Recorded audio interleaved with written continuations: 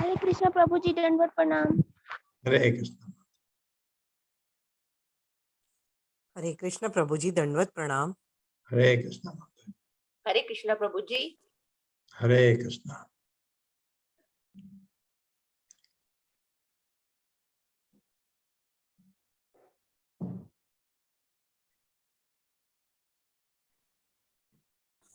हरे कृष्णा प्रभु जी, दंडवत प्रणाम। हरे कृष्ण।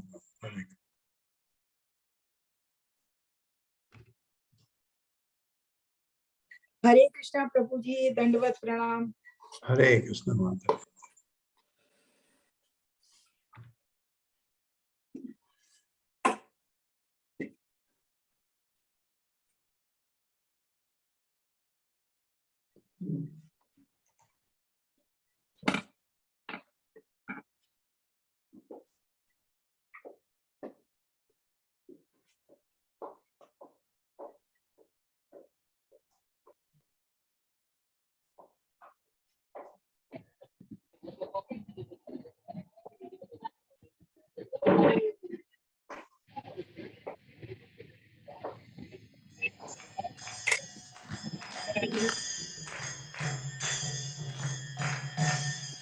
जय राधा माधव पुण्य बिहारी। जय राधा माधव पुण्य बिहारी।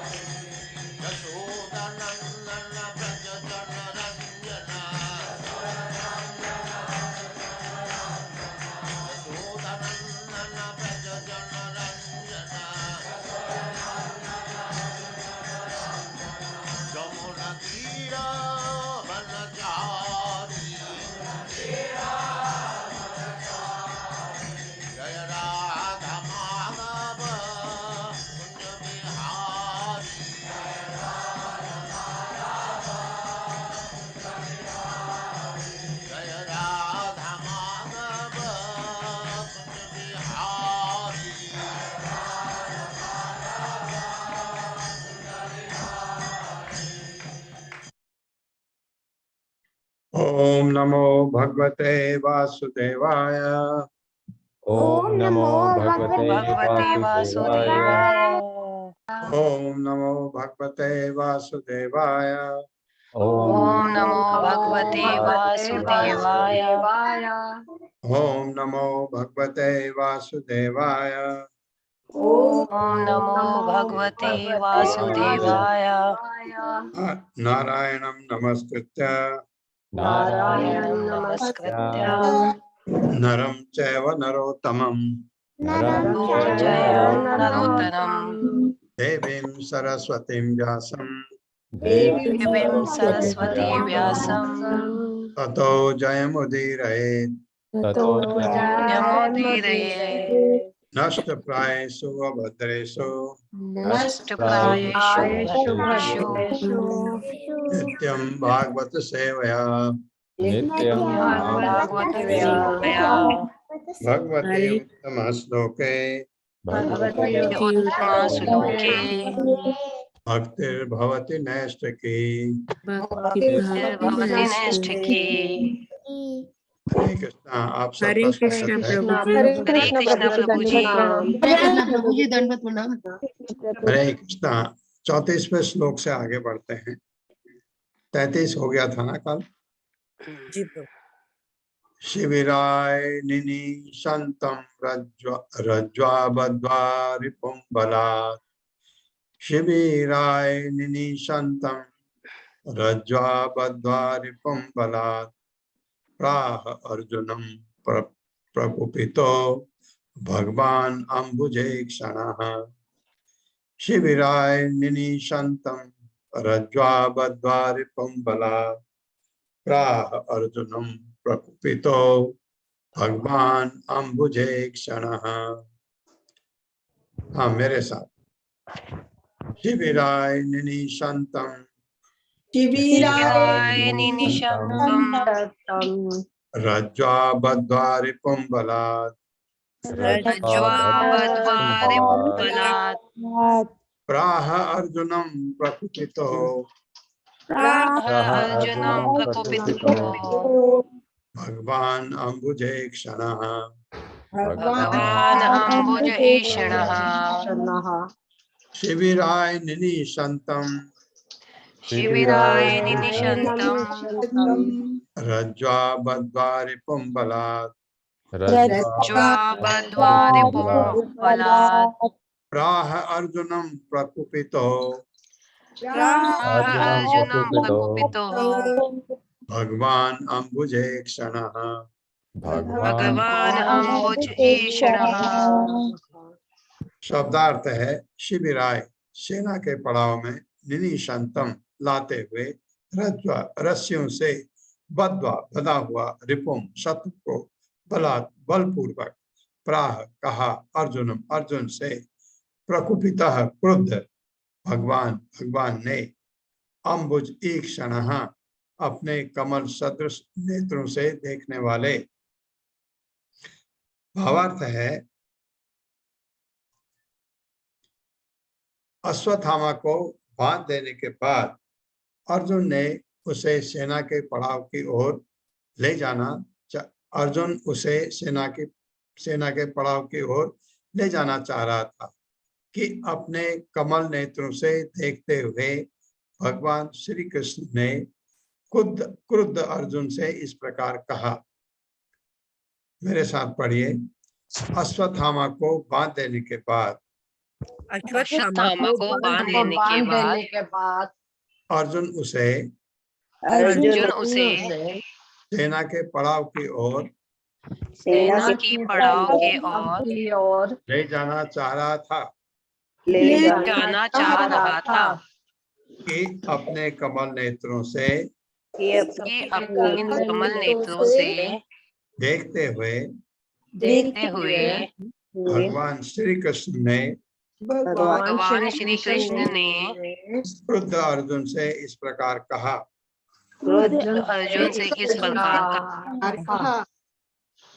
तात्पर्य। हरे कृष्ण सुमन माता जी। हरे कृष्ण प्रभु जी। पढ़िए माता। हरे कृष्ण माता जी। श्रील प्रभुपाद जी की जय। श्रील प्रभुपाद जी के द्वारा यहाँ पर अर्जुन तथा भगवान श्री कृष्ण दोनों को क्रुद्ध बताया गया है, लेकिन अर्जुन की आंखें लाल तांबे के तप्त गोलों के समान थी, जबकि भगवान की आंखें कमलवत थी। इसका अर्थ यह है कि अर्जुन तथा भगवान के खुद रूप एक जैसे नहीं है। भगवान दिव्य है और किसी भी अवस्था में पूर्ण है। उनका क्रोध भौतिक प्रकृति के गुणों के वशीभूत बद्ध जीवों के क्रोध जैसा नहीं होता है, क्योंकि वे पूर्ण है, अतः उनका क्रोध तथा उनकी प्रसन्नता एक समान है। उनका क्रोध प्रकृति के तीनों गुणों से में प्रकट नहीं होता। यह अपने भक्तों के हित के लिए अपने मन के भी क्रोध का पात्र धन हो जाता है। वे सभी परिस्थितियों में अपरिवर्तित रहते हैं। हरे हरे कृष्ण। कृष्णा प्रभु जी। हरे कृष्णा माता जी, धन्यवाद। अर्जुन ले जाना चाह रहा था उसको सेना के पड़ाव की ओर, तो भगवान ने कहा, क्या कहा? मैनम पार्थ अर्हसि त्रातुम ब्रह्म बंधुम इमं जहि सो असाव नागसः सुप्तान अवधि अवधीन निशि बालकान। मैनम पार्थ अर्हसि त्रातुम ब्रह्म बंधुम इमं जहि यो असाव नागसः सुप्तान अवधीन निशि बालकान। मेरे साथ पढ़िए। मैनम पार्थ अर्हसि त्रातुम मैनम पार्थ अर्हसि त्रातुम ब्रह्म बंधुम इमं जहि ब्रह्म मम बंधुम इमं जहि तो असावनागसः सुप्तान यो असो अनागस सुप्तान अवधीन निशि बालकान। अवधीत निशि बालकान। मैनम पार्थ अर्हसि त्रातुम नैनम पार्थ अर्हसि त्रातुम ब्रह्म बंधुम इमं जहि ब्रह्म बंधुम इमं जहि सो असावनागसः सुप्तान यो असो अनागस सुप्तान अवधीन निशि बालकान। अवधीत निशि बालकान। शब्दार्थ है माँ एनम, उसके प्रति कभी नहीं। पार्थ, हे अर्जुन, अर्हसि तुम्हें चाहिए, त्रातुम मुक्त करना, ब्रह्म बंधुम ब्राह्मण के संबंधी को, इमम इस जहि मार डालो, यह जो असव उन, अनागसह दोष रहित, सुप्तान सोए हुए, अवधित हत्या की, निशि रात्रि में बालकान बालकों की। भगवान श्री कृष्ण ने कहा, हे अर्जुन, इस ब्रह्म बंध को छोड़कर तुम दया मत दिखलाओ, क्योंकि इसने सोते हुए निर्दोष बालकों का वध किया है। देखो मेरे साथ पढ़िए। भगवान श्री कृष्ण ने कहा, भगवान श्री कृष्ण ने कहा, हे अर्जुन, हे अर्जुन, इस ब्रह्म बंध को छोड़कर इस बंधु को छोड़कर दया मत दिखलाओ, तुम दया मत दिखलाओ, क्योंकि इसने सोते हुए क्योंकि इसने सोते हुए निर्दोष बालकों का वध किया है। निर्दोष बालकों का वध किया है। यह है भगवान का जो भगवान ने जो उपदेश दिया अर्जुन को, अगर वह नहीं माना गया तो आप देखेंगे क्या फल मिलता है उसका। भगवान ने कह दिया इसको मत छोड़ो, क्यों ये आतताई है, आतताई को का वध करना कोई पाप नहीं होता है। तो भगवान ने कहा इसने सोए हुए बच्चों को मारा है, इसके ऊपर दया मत दिखलाओ, इसको छोड़ो मत, ये भगवान ने कहा। तात्पर्य। संतोषी माता जी, हरे कृष्णा। हरे कृष्ण प्रभु जी, हरे कृष्ण माता जी। श्री प्रभुपाद जी की जय। श्री प्रभुपाद जी के द्वारा ब्रह्म बंधु शब्द महत्वपूर्ण है। जो व्यक्ति ब्राह्मण कुल में जन्म लेता है किंतु ब्राह्मण कहलाने की योग्यता नहीं रखता, उसे ब्राह्मण बंधु कहकर संबोधित किया जाता है। ना ना कि ब्राह्मण उच्च न्यायालय के न्यायाधीश का पुत्र स्वतः ही न्यायाधीश नहीं हो जाता, लेकिन न्यायाधीश के पुत्र को न्यायाधीश का रिश्तेदार कहने में कोई हर्ज नहीं है। अतः जिस प्रकार कोई जन्म के द्वारा ही न्यायालय का न्यायाधीश नहीं बन जाता, उसी प्रकार कोई जन्म के आधार पर ही ब्राह्मण नहीं होता, अपितु उससे ब्राह्मण की आवश्यक योग्यताएं प्राप्त करनी होती है। जिस प्रकार न्यायाधीश का पद उसके योग्य व्यक्ति के लिए होता है, उसी प्रकार से ब्राह्मण का पद भी योग्यता से ही प्राप्त होता है। शास्त्रों का आदेश है कि यदि ब्राह्मण से इतर कुल में भी उत्पन्न हुए पुरुष में ब्राह्मण के सद्गुण रहते हैं, तो उसे ब्राह्मण के रूप में स्वीकार करना होता है। इसी प्रकार यदि ब्राह्मण कुल में उत्पन्न व्यक्ति ब्राह्मण के गुणों से रहित होता है, तो उसे ब्राह्मण या ठीक से कहना चाहे तो ब्राह्मण बंधु कहना चाहिए। समस्त वेदों के परम प्रमाण भगवान श्री कृष्ण ने ये अंतर स्वयं बताए हैं, और वे इसका कारण अगले श्लोक में बताने वाले हैं। हरे कृष्ण प्रभु जी। हरे कृष्ण। ये उसको ब्रह्म बंधु कहा गया। किसको? अश्वत्थामा को। ब्राह्मण का पुत्र है, बहुत बड़े ब्राह्मण का, द्रोणाचार्य का पुत्र है। दोनों माँ बाप तो कुलीन ब्राह्मण है, फिर भी ये ब्रह्म बंधु हो गया। उसमें ब्राह्मण के गुण नहीं है, तो उसको अब्राह्मण के बजाय ब्रह्म बंधु कहा है। ब्राह्मण बंधु या ब्रह्म बंधु कहा जाए, वो बेटर है। प्रभुपाद कह रहे हैं। प्रभुपाद ने बहुत अच्छी तरह समझाया है कि एक न्यायाधीश का बेटा न्यायाधीश नहीं होता, उसको न्यायाधीश के उसमें गुण होने चाहिए, उसमें वो परीक्षा पास करके ऐसा बनता है। जैसे आपको बताता हूँ, एक डॉक्टर का बेटा डॉक्टर हो नहीं हो सकता है जब तक वो एग्जाम पास करके, कॉम्पिटिटिव एग्जाम पास करके डॉक्टर की ट्रेनिंग न ले ले। डॉक्टर का, हाँ, डॉक्टर के बेटे को डॉक्टर बाप होने से उसको पढ़ाई करते समय सुविधा होती है। वो चीजें नहीं आती, अपने बाप से पूछ सकता है, ये सुविधा हो सकती है। लेकिन डॉक्टर का बेटा डॉक्टर हो, ये कोई जरूरी नहीं है। वो कर सकता है, हो सकता है, लेकिन उसको एग्जाम पास करना पड़ेगा। उसमें डॉक्टर के गुण होने चाहिए। न्यायाधीश में के बेटे में न्यायाधीश के गुण नहीं हो सकते जब तक वो वकालत न पढ़े और बहुत ज्यादा उसको अनुभव न हो, न्यायाधीश नहीं बन सकता। ये कहा गया इसमें, तो इसलिए उसको ब्रह्म बंधु कहा गया। अब ब्राह्मण से बेटर है ब्रह्म बंधु। 36वां श्लोक है, मत्तम प्रमत्तम उन्मत्तम सुप्तम बालम स्त्रियम जडम प्रपन्नम विरतम भीतम न रिपुम हन्ति धर्मवित्। मत्तम प्रमत्तम उन्मत्तम सुप्तम बालम स्त्रिय जडम प्रपन्नम विरतम भीतम न रिपुम हन्ति धर्मवित्। मेरे साथ पढ़िए, मत्तम प्रमत्तम उन्मत्तम मत्तम प्रमत्तम उन्मत्तम सुप्तम बालम स्त्रियम जडम सुप्तम बालम स्त्रियं जडम प्रपन्नम विरतम भीतम न प्रपन्नं विरतं भीतं न रिपुम हन्ति धर्मवित्। रिपुं हन्ति धर्मवित्।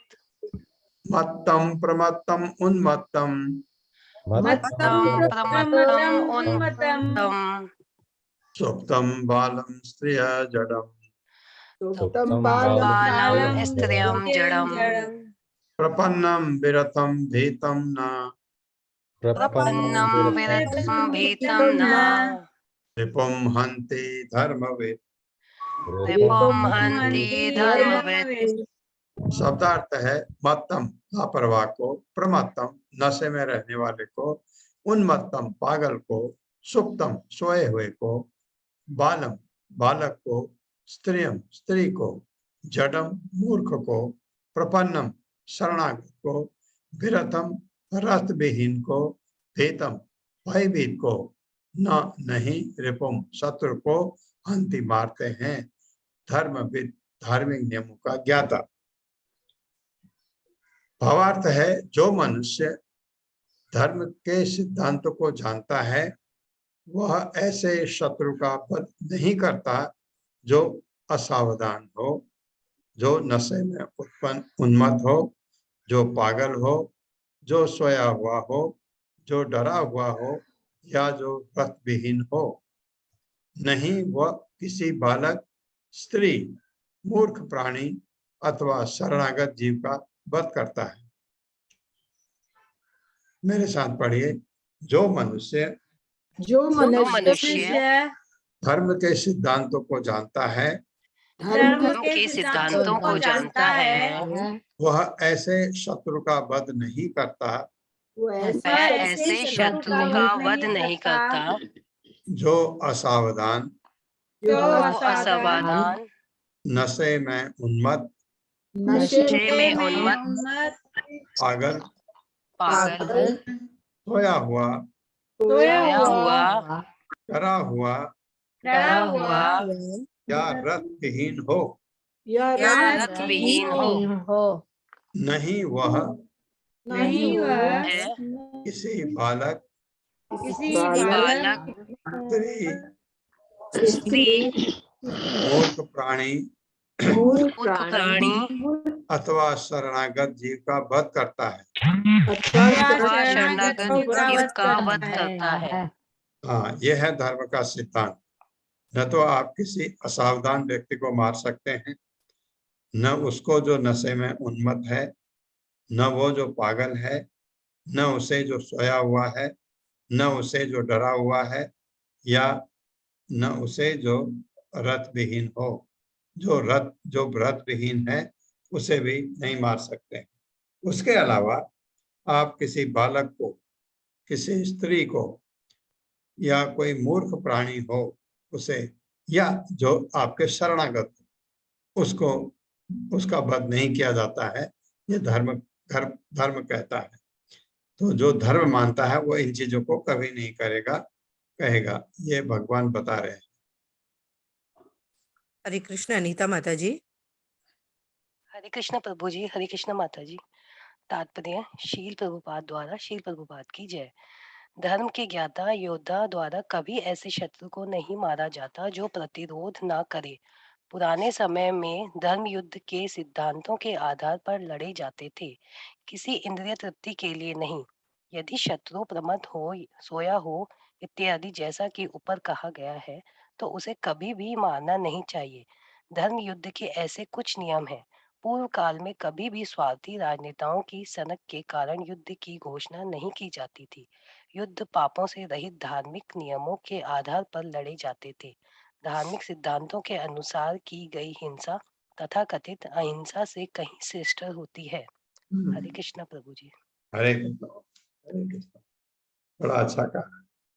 ये जो हिंसा है ये तथाकथित अहिंसा से अधिक श्रेष्ठतर होती है कि कोई इंद्र तृप्ति के लिए नहीं। जैसे कोई अपना साम्राज्य विस्तार करना चाह रहा है, जैसे आप देख रहे हैं कि चाइना अपने को आगे बढ़ाना, सब तरफ से अपना साम्राज्य फैलाना चाह रहा है। इस वजह से वो युद्ध करने के लिए तत्पर हो जाता है। ये धर्म का सिद्धांत नहीं है। तो यदि शत्रु प्रमत्त हो, सोया हो, जैसे ऊपर बताया गया, आपके शरणागत हो, या ऐसे को नहीं मानना चाहिए। धर्म युद्ध के कुछ नियम हैं।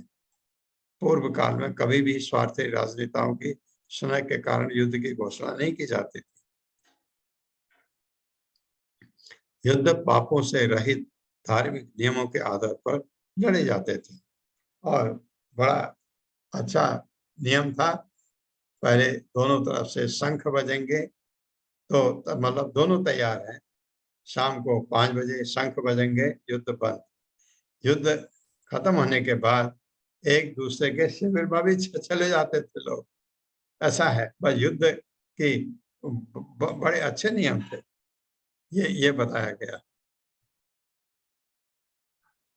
स्वप्राणान यह पर प्राणे प्रपुष्णात्य गणः कलः तद्वदस्य तस्य हि श्रेयो यद्यो साध्यात्यथः पुमान् यद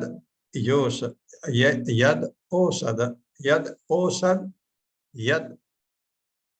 यत्यधः यति अधः याति अधः, ये यद्यो साध्या यद दोषात और याति अधः ऐसे पढ़ सकते हैं, लेकिन हम इसको सीधा ही पढ़ेंगे। क्या पढ़ेंगे? यद्यो साध्या तदः स्वप्राणान यह पर प्राण है प्रपुष्णात्य घृणः खलः तद्वदस्य तस्य हि श्रेयो यद्यो साध्यात्यधः पुमान्। मेरे साथ पढ़िए। स्वप्राणान यह पर प्राण है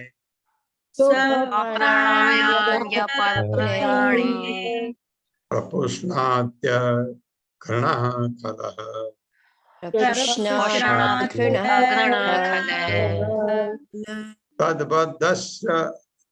तस्य हि श्रेयो तद्वदस्तस्य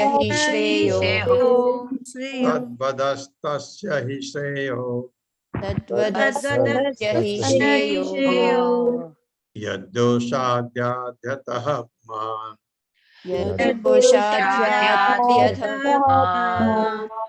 स्वप्राणान यह पर प्राणे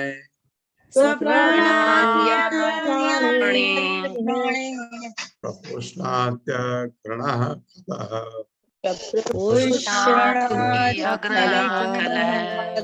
तद्वदस्तस्य हि श्रेयो यद्यो साध्यात्यधः पुमान्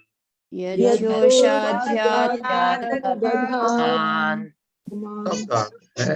स्वप्राणान अपना जीवन, यह जो पर प्राण है दूसरों के जीवन के मूल्य पर प्रपुष्णाति ठीक से पलता है, अघृणः निर्लज्ज, खलः दुष्ट, तत्पदः उसको मारना, तस्य उसका ही निश्चय ही श्रेयः श्रेयस्कर यत् जिस दोष से याति जाता है अधः नीचे की ओर पुमान मनुष्य।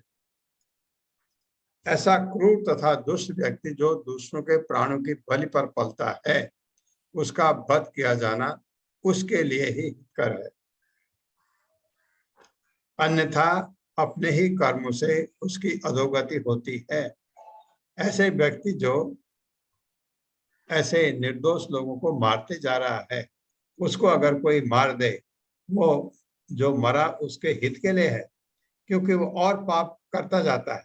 उसको एक पाप किया, दूसरा किया, और उसको अगर आपने मार दिया उसके हित के लिए, क्योंकि वो और पाप करेगा और जुड़ेंगे, नरक फिर नरक फिर नरक फिर नरक, ये ऐसे इस वजह से कहा गया। मेरे साथ पढ़िए। ऐसा क्रूर तथा दुष्ट व्यक्ति जो दूसरों के प्राणों की बलि पर पलता है,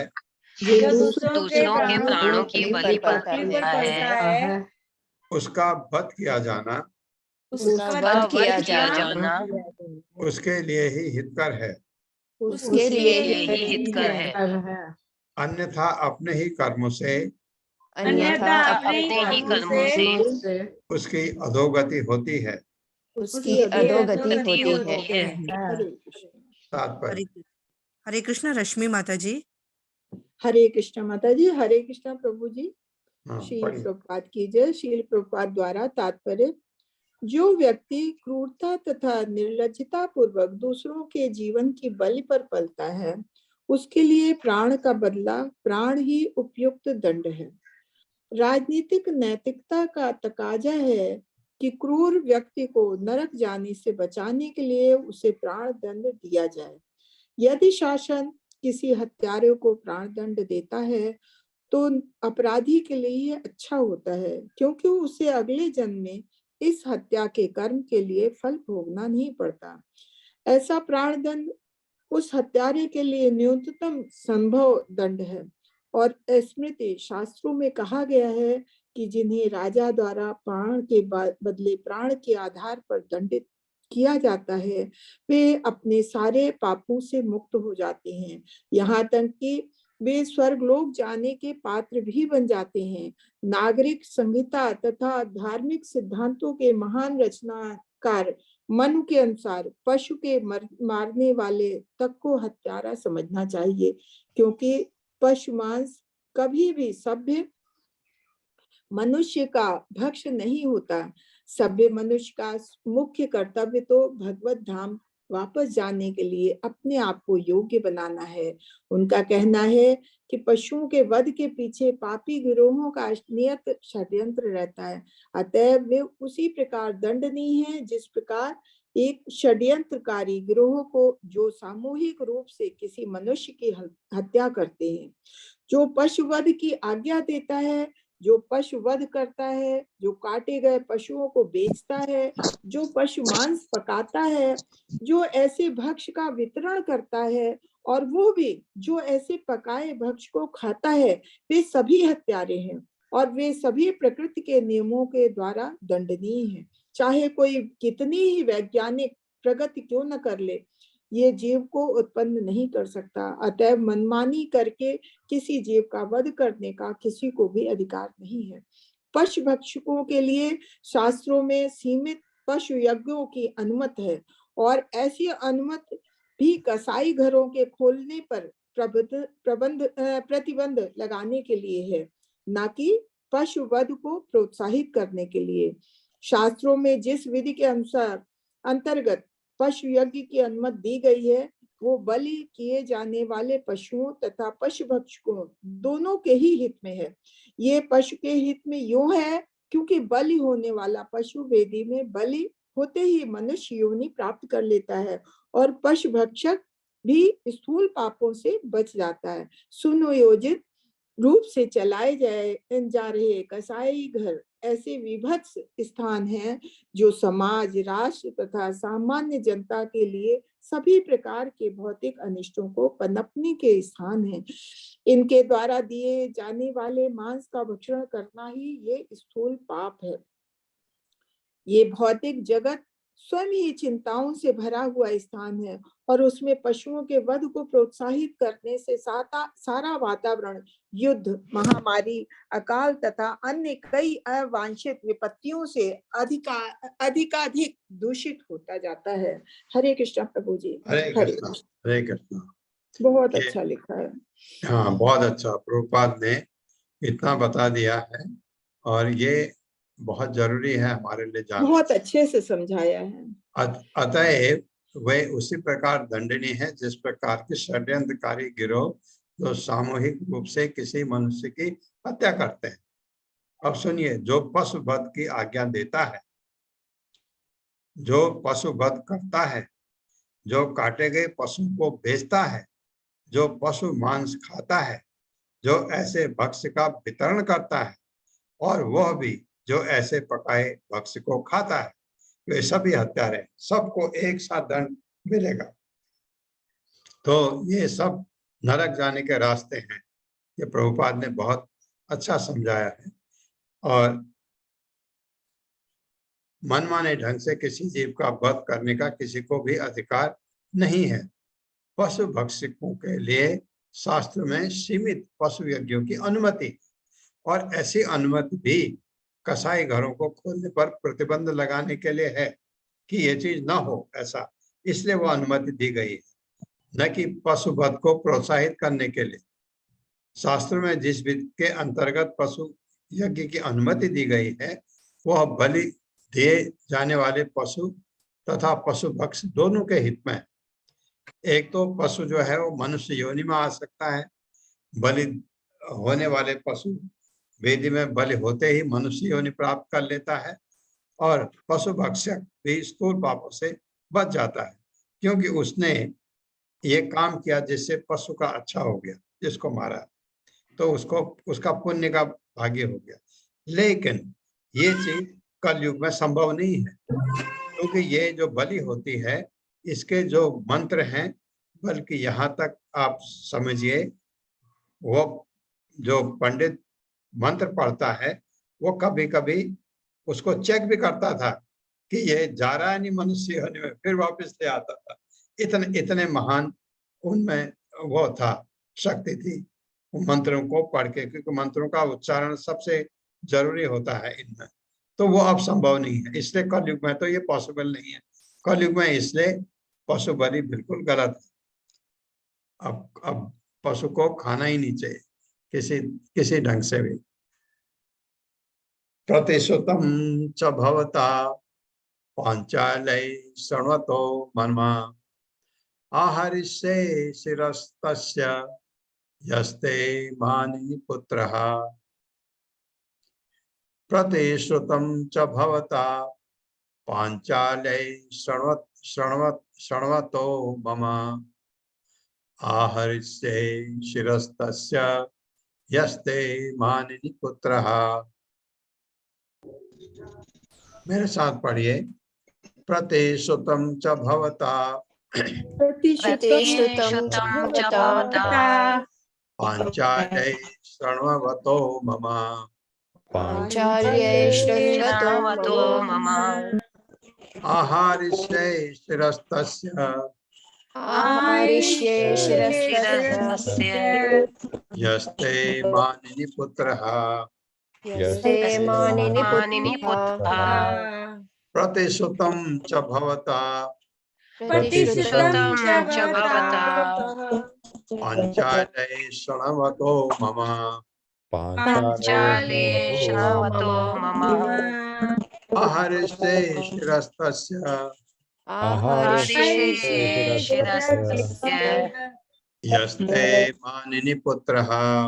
यस्ते मानिनि पुत्रः। शब्दार्थ है प्रतिश्रुतम, वचन दिया गया, तथा भवता तुम्हारे द्वारा पांचाले, राजा पांचाल की पुत्री द्रौपदी। पांचाल राज्य था ना जिसमें द्रौपदी के पिता द्रुपद राज्य करते थे, इसलिए द्रौपदी का नाम पांचाली भी। पांचाले, राजा पांचाल की पुत्री द्रौपदी को श्रृण्वतः सुना गया, मम मेरे द्वारा, आहरि से मैं अवश्य लाऊंगा, शिरः सिर, तस्य उसका, यह जिसने, ते तुम्हारे, मानिनी मानते हो, पुत्र पुत्रों का वध करता। भगवान कह रहे हैं, अर्जुन को सुना रहे हैं। इसके अतिरिक्त भगवान कह रहे हैं, मैंने स्वयं तुम्हें द्रौपदी से यह प्रतिज्ञा करते सुना है कि तुम उसके इस पुत्रों के वधकर्ता का सिर लाकर उपस्थित करोगे। भगवान उसको आगाह कर रहे हैं, अर्जुन को गलती मत करो। अब मेरे साथ पढ़िए। इसके अतिरिक्त मैंने स्वयं तुम्हें द्रौपदी से यह प्रतिज्ञा करते सुना है कि तुम उसके पुत्रों के वधकर्ता का सिर लाकर उपस्थित करोगे। हाँ, तो भगवान क्या चाह रहे हैं, ये उसका दंड, उसको मारे, भगवान चाह रहे हैं ऐसा। और अर्जुन क्या करता है आप देखेंगे आगे। 39वां श्लोक है, तदसौ बध्यतां पाप आतताई आत्म बंधुः भर्तुश्च विप्रियं वीर कृतवान् कुलपाशनः। तदसौ बध्यतां पाप आतताई आत्म बंधुः भर्तुश्च विप्रियं वीर कृतवान कुलपासनः। मेरे साथ पढ़िए। तदसौ बद्धतां पाप तदसो वध्यतां पाप आततायी आत्मबन्धुः आततायी आत्मबन्धुः भर्तुश्च विप्रियं वीर भर्तुश्च विप्रियं वीर कृतवान् कुलपासनः कृतवान् कुलपासनः तदसौ व्यदतां पाप तदसो वध्यतां पाप आततायी आत्मबन्धुः आततायी आत्मबन्धुः भर्तुश्च विप्रियं वीर भर्तुश्च विप्रियं वीर कृतवान् कुलपासनः कृतवान् कुलपासनः।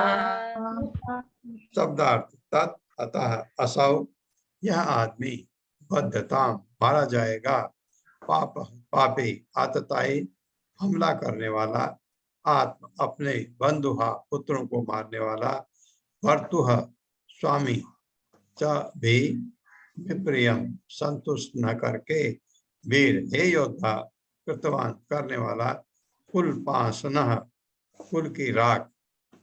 यह आदमी भावार्थ है यह आदमी तुम्हारे कुल के सदस्यों का हत्यारा तथा वध करता आतताई है।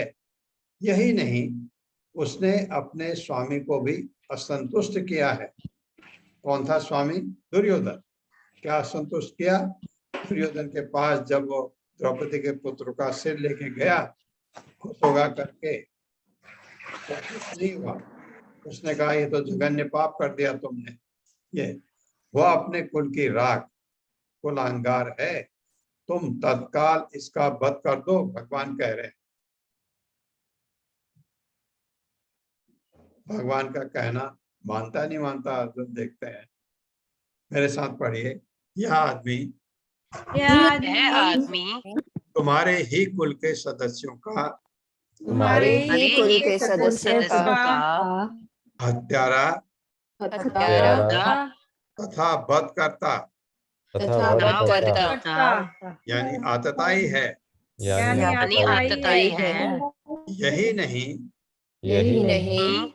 उसने अपने स्वामी को भी असंतुष्ट किया है। उसने अपने स्वामी को भी असंतुष्ट किया है। वह अपने कुल की राख वह अपने कुल की राख यानी कुलांगार है।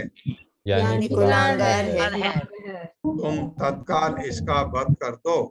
तुम तत्काल इसका वध कर दो। तात्पर्य हरे कृष्ण। सोनिया माता जी। हरे कृष्ण माता जी। तात्पर्य श्रील प्रभुपाद जी द्वारा। श्रील प्रभुपाद जी की जय। द्रोणाचार्य के पुत्र को यहाँ पर कुलांगार कहा गया है। द्रोणाचार्य के नाम का अत्यधिक सम्मान था। यद्यपि वे शत्रु पक्ष में चले गए थे फिर भी समस्त पांडव उनका सम्मान करते थे और अर्जुन ने तो युद्ध आरंभ होने के पूर्व उन्हें नमस्कार किया था।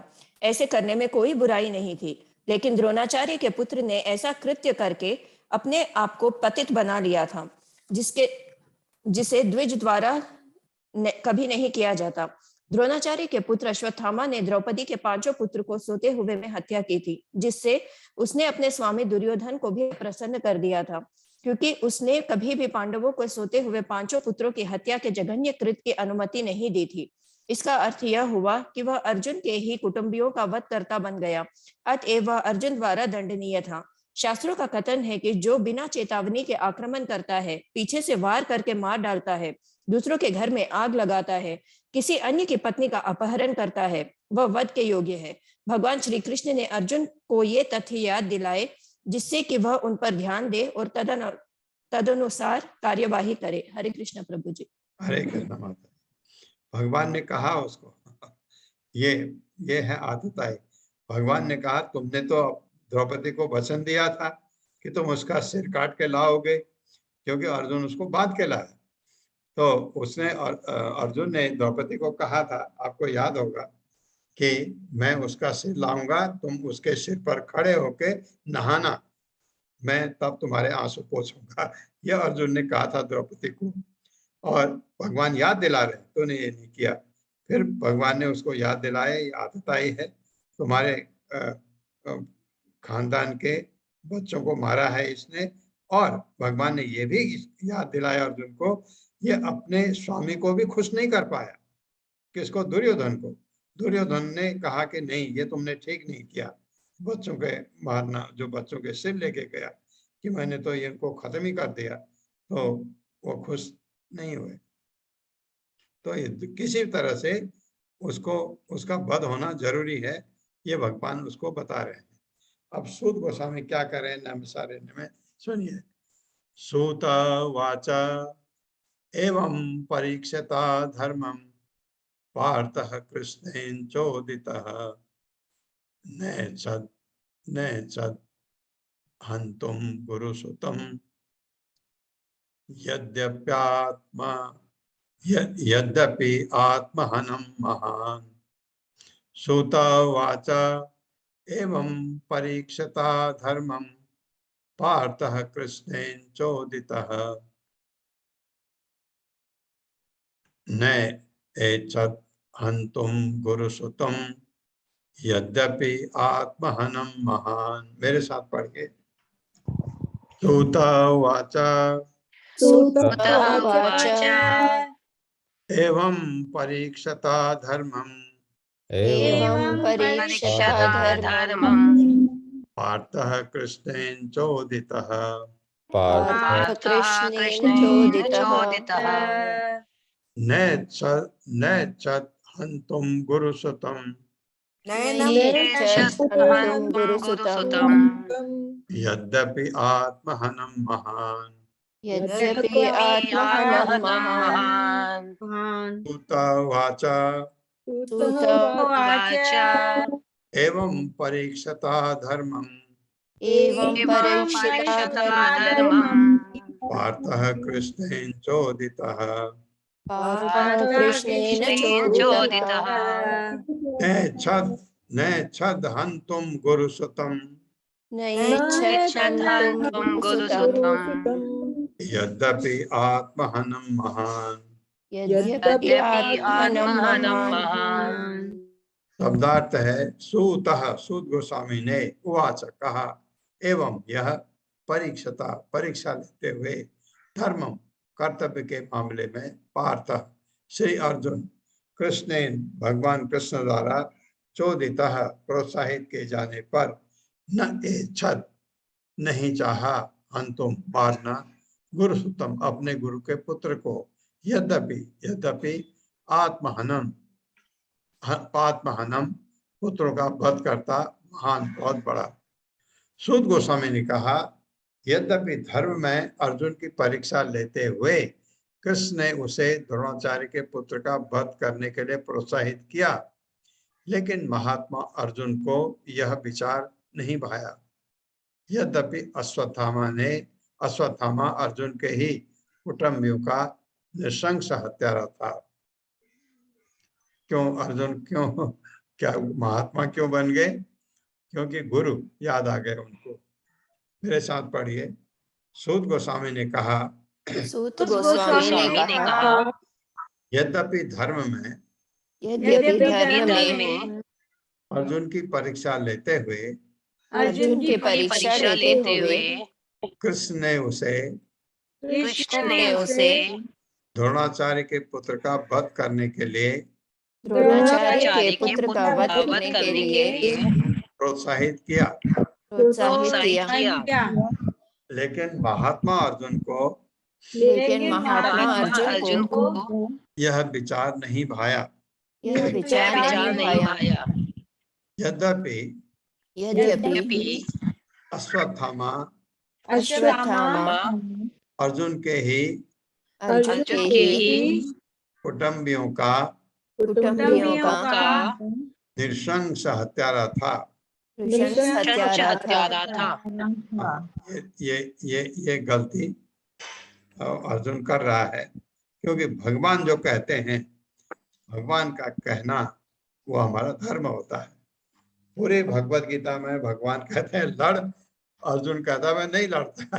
कहता है ये कैसे मारो ये। और पूरे जब 18वां अध्याय में आए हम, तब अर्जुन कहता है हाँ अब तो मेरी बुद्धि मुझे वापस आ गई, मैं अब स्थिर हो गया हूँ, आप जो कहते हैं वो सही है, जो आप कहेंगे वो करूंगा। इतना इतना टाइम लिया अर्जुन ने, और यहाँ भगवान कह रहे हैं मार, अब क्या करता है देखते हैं। हरे कृष्ण वंदना माता जी। हरे कृष्ण प्रभु जी प्रणाम। हरे कृष्ण माता जी। श्रील प्रभुपाद कीजिए तात्पर्य श्रील प्रभुपाद द्वारा। अर्जुन निस्संदेह एक महात्मा था, जो यहाँ पर भी सिद्ध होता है।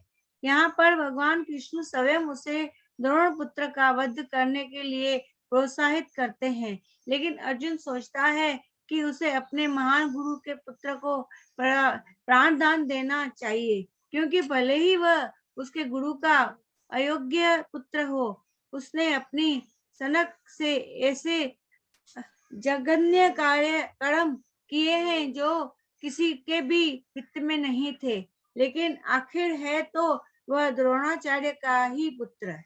भगवान श्री कृष्ण ने अर्जुन को बाहर से प्रोत्साहित किया, क्योंकि वे अर्जुन की कर्तव्य परायणता की परीक्षा लेना चाहते थे। ऐसा नहीं था कि अर्जुन में अपने कर्तव्य का पूरा बोध नहीं था, ना ही भगवान श्री कृष्ण अर्जुन के कर्तव्य बोध से अनजान थे, लेकिन श्री कृष्ण ने अपने अनेक शुद्ध भक्तों की परीक्षा उनके कर्तव्य बोध को विवर्धित करने के लिए ली। गोपियों की भी ऐसी ही परीक्षाएं ली गई, प्रहलाद महाराज की भी परीक्षा ली गई, लेकिन सारे शुद्ध भक्त भगवान द्वारा ली गई अपनी अपनी परीक्षाओं में खड़े उतरे हैं। हरे कृष्ण।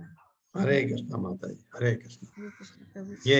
ये कहा गया, भगवान उसको कहा इसको मार, आतताई है। और अर्जुन को यहाँ पर जो ये कहा गया गुरु का बेटा है, ये बात सही है, लेकिन बेटा अयोग्य है। अगर उसने ऐसी गलती नहीं की हो तो ऐसा है कि उस पर दया का कुछ लक्षण हो जिसके ऊपर दया की जा सकती है। नहीं, जो मुझे लगता है, मैं गलत भी हो सकता हूँ, दया का पात्र वो एक ढंग से है। किस ढंग से?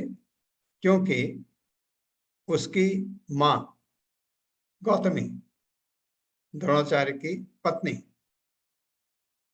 वो अपने बेटे को खोएगी, वो दुख जो शायद द्रौपदी को दिखता है। द्रौपदी ने अर्जुन को कहा इसे छोड़ो, आगे श्लोक में आएगा। वो मुझे एक थोड़ा सा जस्टिफिकेशन लगता है कि अश्वत्थामा को छोड़ दिया जाए, वो एक पॉइंट लगता है, लेकिन ये पॉइंट मुझे बहुत नहीं भा रहा है कि वो गुरु का पुत्र है, क्योंकि गुरु का पुत्र वो जीने लायक है ही नहीं। उसका वध करने से उसी का भला है। जो पहले एक बताया गया, अगर कोई ऐसा जघन्य अपराध करता है और उसको अगर सरकार उसको फांसी की सजा देती है, उसके लिए भलाई है। उसका भला क्या है? उसका पाप का, उसको जो चीज था यही मिल गया, अगले जन्म में वो पाप उसका नहीं जाता है। कितना भला होता है उसको अगर प्राण दंड मिल जाता है तो। ये बताया। देखते हैं आगे है हमारे पास, नहीं टाइम नहीं है आज, ये कल करेंगे। ओम अज्ञानतिमिरान्धस्य ज्ञानाञ्जनशलाकया चक्षुरुन्मिलितं तस्मै श्री गुरुवे नमः। नमो विष्णुपादाय कृष्णप्रेष्ठाय भूतले श्रीमते भक्तिवेदांत स्वामिनिति नामिने। नमस्ते।